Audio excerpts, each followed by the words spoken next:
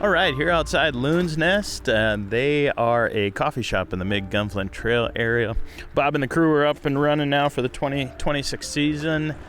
Beautiful morning, and it's busy out here. And first cardamom rolls of the year. Let's take a look at the... Woo! Yes! We got a half dozen cardamom rolls headed up to Gunflint on this beautiful day. Bob and the crew are open now 7 days a week. 7 to 2, and that's all the way through the summer into October through MEA weekend. So stop by Loon's Nest Coffee right here in the Mid-Gunflint Trail area. Mention that you heard about Loon's Nest on the Paddle and Portage podcast. Best coffee on the Gunflint.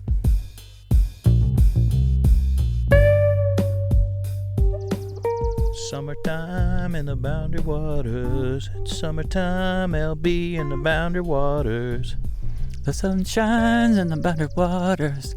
The sun shines when it rains. The rainbows in the Boundary Waters. Freddie, LB, that's where you want to be. We're talking with Ryan Rodgers. Ryan Rodgers. He's back! One of the best outdoor riders in the Duluth area. Minnesota, Midwest. I mean, I didn't want to make other people feel bad, but yeah. Better than me, that's for damn sure. I also didn't want to make you feel bad, but yes. Ryan Rodgers, fantastic writer, great historian, a sleuth of history and bringing it into present manifestation. Of course, hatched another scheme with you, Joe Fredericks, to combine history with present reality in the Boundary Waters.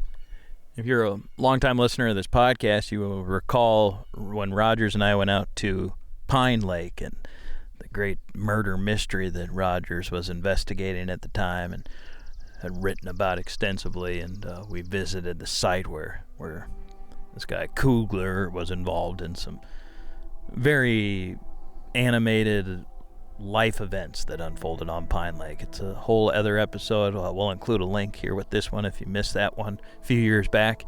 But Rodgers was doing more Boundary Waters research and history. He's got an article at paddleandportage.com about this very topic that you'll hear some about in the episode today. And this one involves a historic mine site from the late 1800s in what is now the Boundary Waters Canoe area wilderness. Rodgers knew where it was, or so we thought.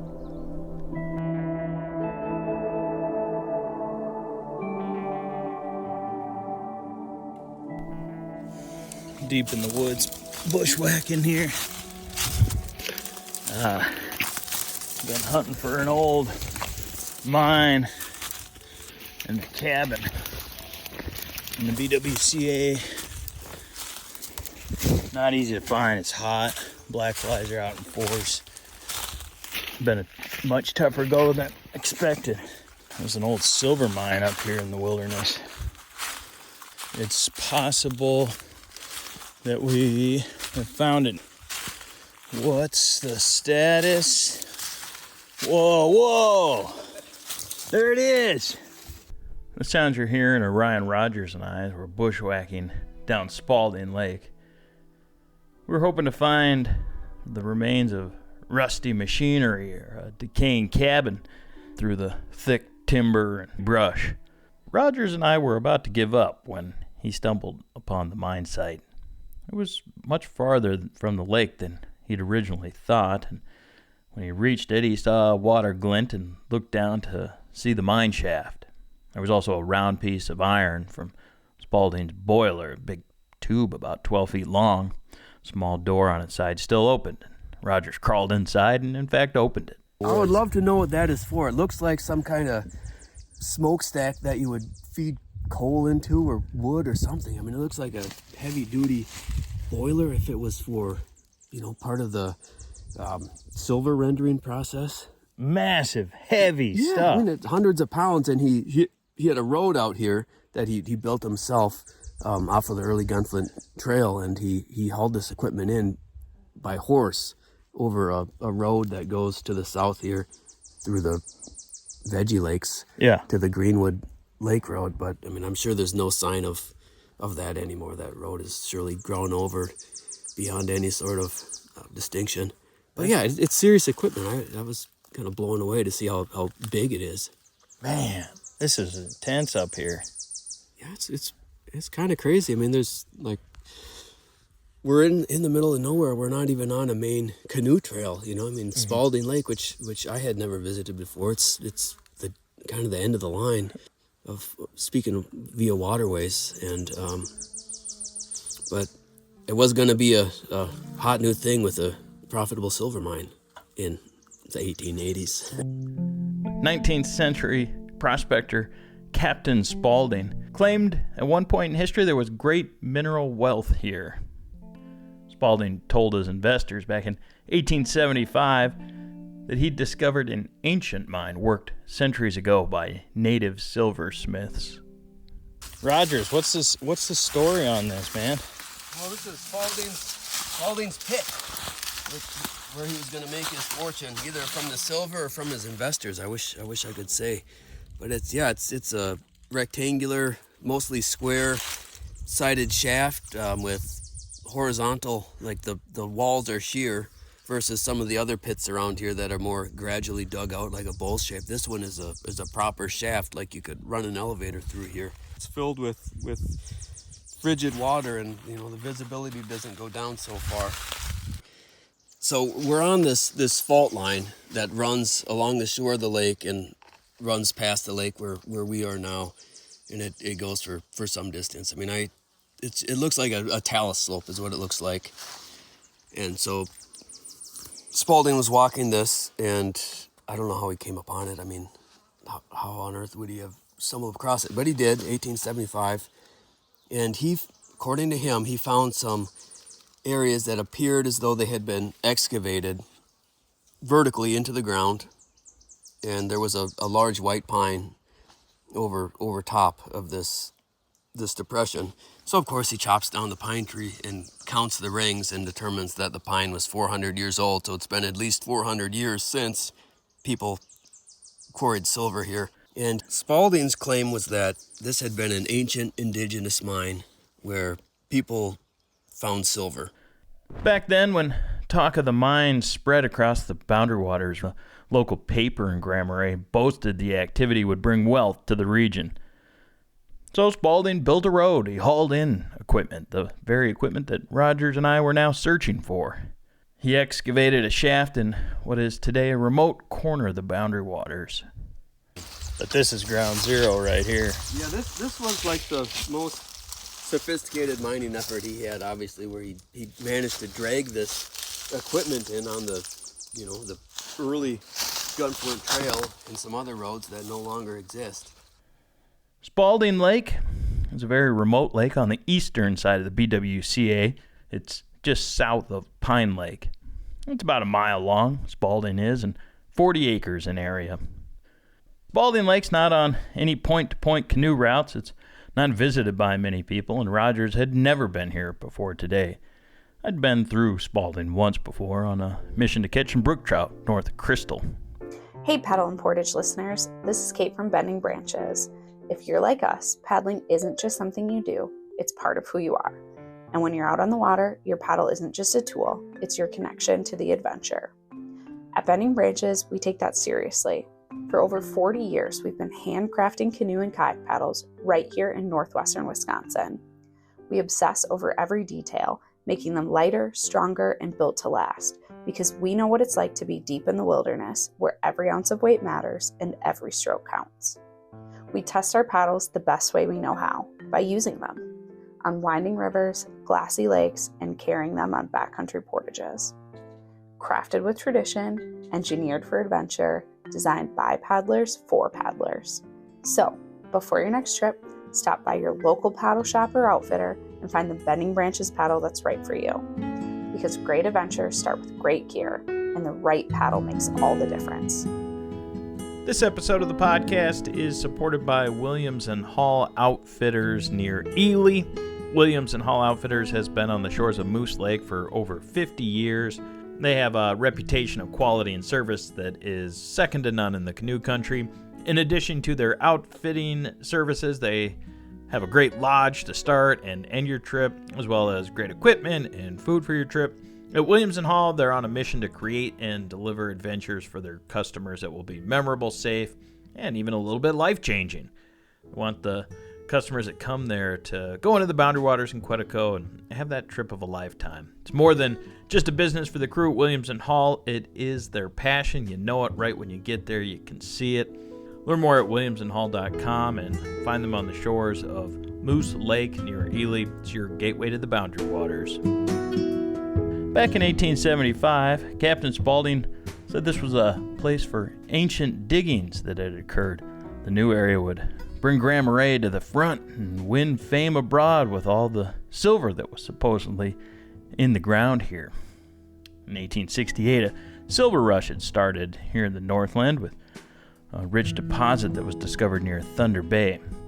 Well, in the 1860s, there was a silver strike in Ontario, not too far from here, and so that kicked off a silver rush in Minnesota as well, and people were looking for a certain type of geology, which Spaulding found here in 1875, and it led to him homesteading some land here, and he was mining off and on for 10 or 20 years. He didn't live here. He lived in Michigan, but he'd show up here every now and then and drum up some local interest for all the money his mine was gonna make for people.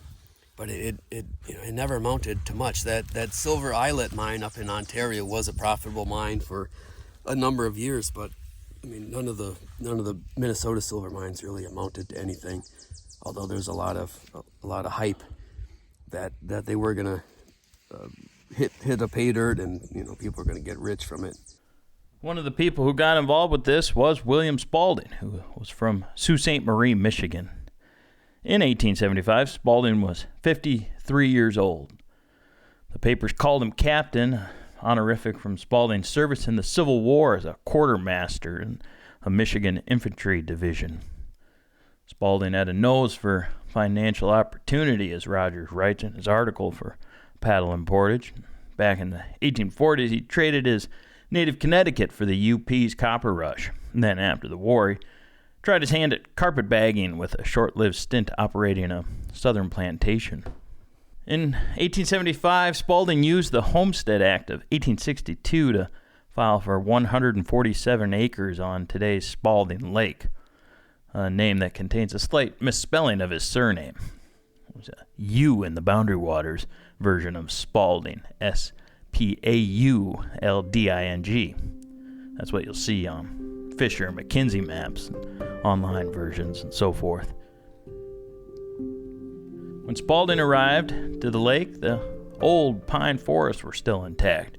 Grand Marais and the North Shore were reached by ship.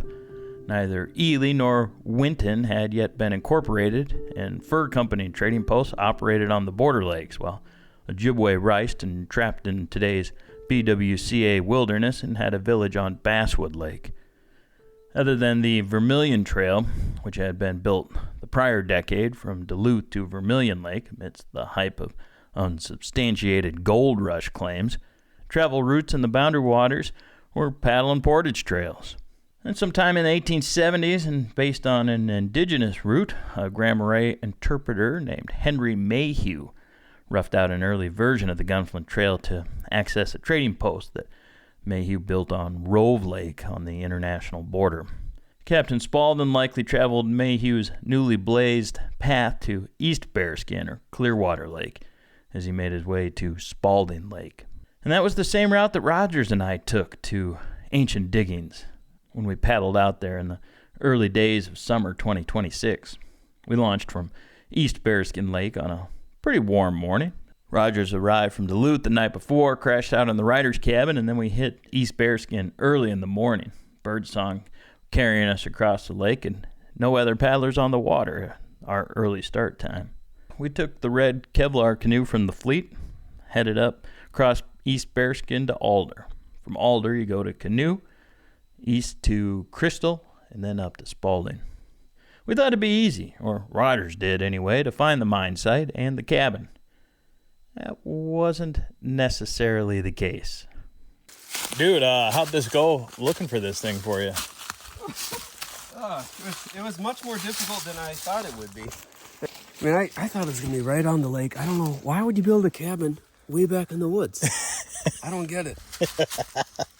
But he did. When you got to haul your water over here. Yeah. Strange, huh? Yeah, I mean, I'm sure he had his reasons, but I can't tell you what goes on. Yeah, I got worried. I didn't think we were going to find it there, but we persevered through the bugs and the balsam. We hadn't yet found Spaulding's cabin, so after exploring the mining site, we crossed a small drainage, hopped onto the north side of Spaulding Lake. Didn't take too long, but we found what remained of the cabin that was built using hewed logs, cedar bark for shingling. Look at those big squared off logs. Yeah. Where the hell he did that? Man. Yeah, 1875. 1875. Look at that little sink. Stove, huh? I guess. Or is that like a wash pan or something? I don't know, it's heavy duty, like it had a fire in it. Stovepipe. Well, we looked high, we looked low, and finally we made it. Check out that little white pine growing in there. Right here. Oh, yeah. I mean, this thing was what, 20 by 20 or more? Yeah. Yeah, I mean, he had a nice, sizable clearing here at one time. Not that you can tell anymore. It was in 1877 when the government surveyor came through. Back when they were all sure this mine was going to make them rich. The thing about this site and the claims about silver here are that it could have all been a con. All of this work, the entire site, it may have been a con. And that's what Rodgers explores in his article, which is available for subscribers of Paddle and Portage Media at paddleandportage.com. It's definitely worth a read, particularly because it's Rodgers writing it, and as we said at the beginning of the episode, he's one of our favorite writers in all of Minnesota and potentially beyond. There are no records of indigenous people quarrying silver in this area, like they did with copper, pure copper deposits on Isle Royal. So whether, I think the interesting point is, well, first we have to assume that there is no silver here. I think that's a fairly safe bet, that there actually was never any significant amount of silver here.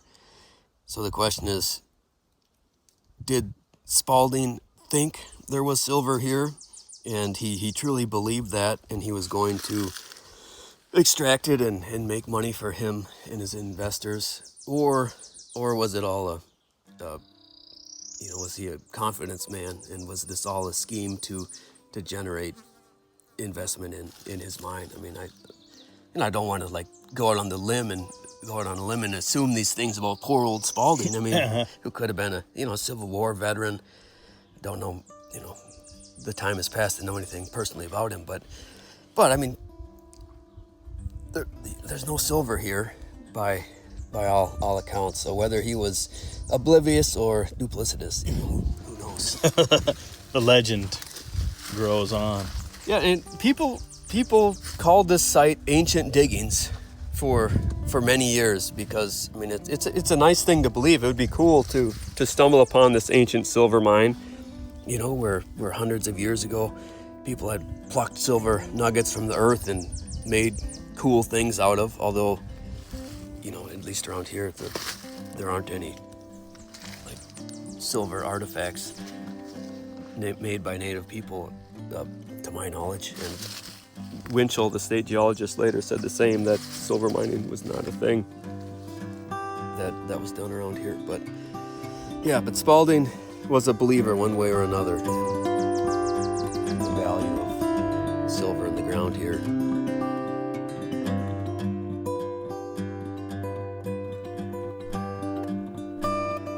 So Rodgers and I rolled down from Spaulding, got back in the red canoe, paddled west across Crystal. There were some degenerates camping on the lake in terms of how much noise they were making at the campsite. Booze was likely involved, Rodgers and I deduced. and even though it was only 2 p.m., we wanted nothing to do with the group, so we traveled away as quickly as possible.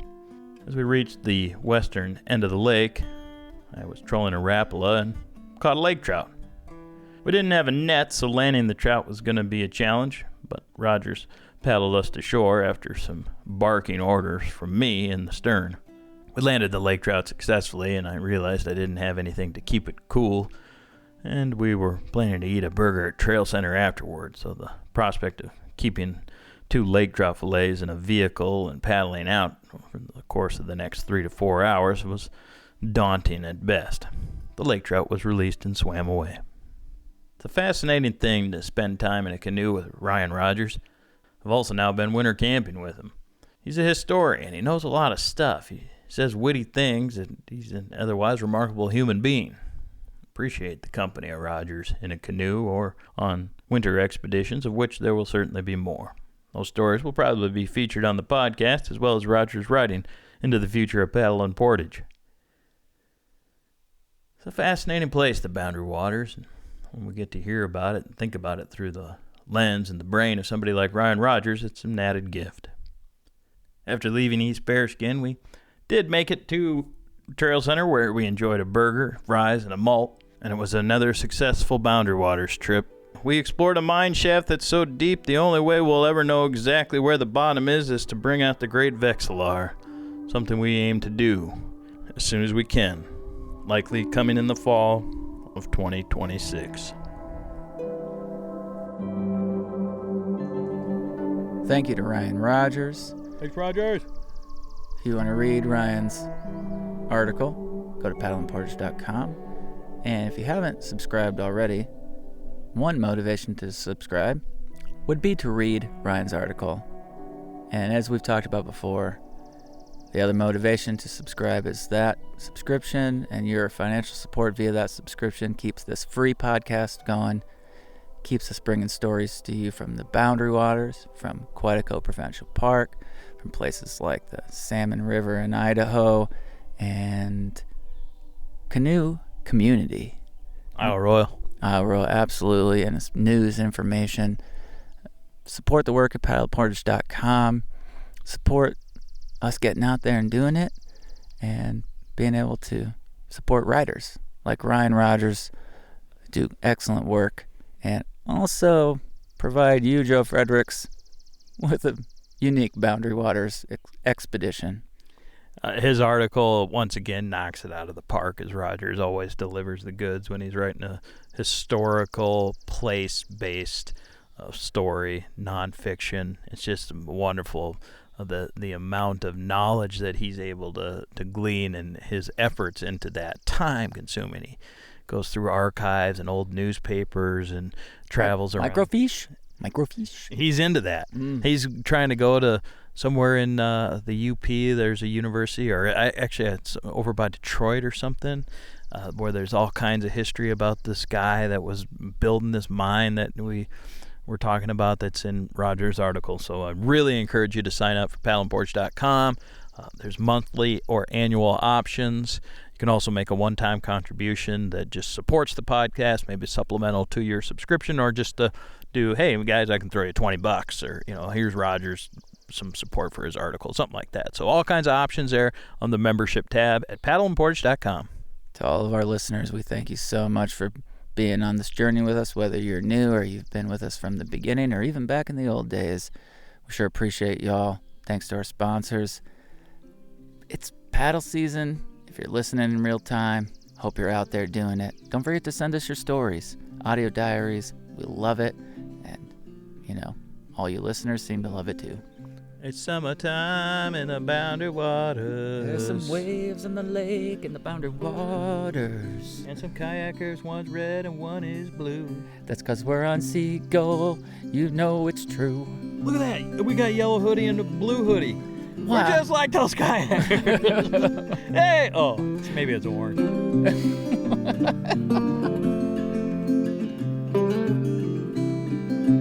I like to sing, I love to dance. I play the fool if I got the chance. All around the campfire light, all around campfire light. I got this out of tune old guitar, not trying to be no star. There's enough of them in a summer's night. Oh, there's enough of them in a summer's night. Well, you can look to Venus, you can look to Mars. I will set my sights by the northern star, and in the deep dark blue come the northern lights. Oh, and in the deep dark blue come the northern lights.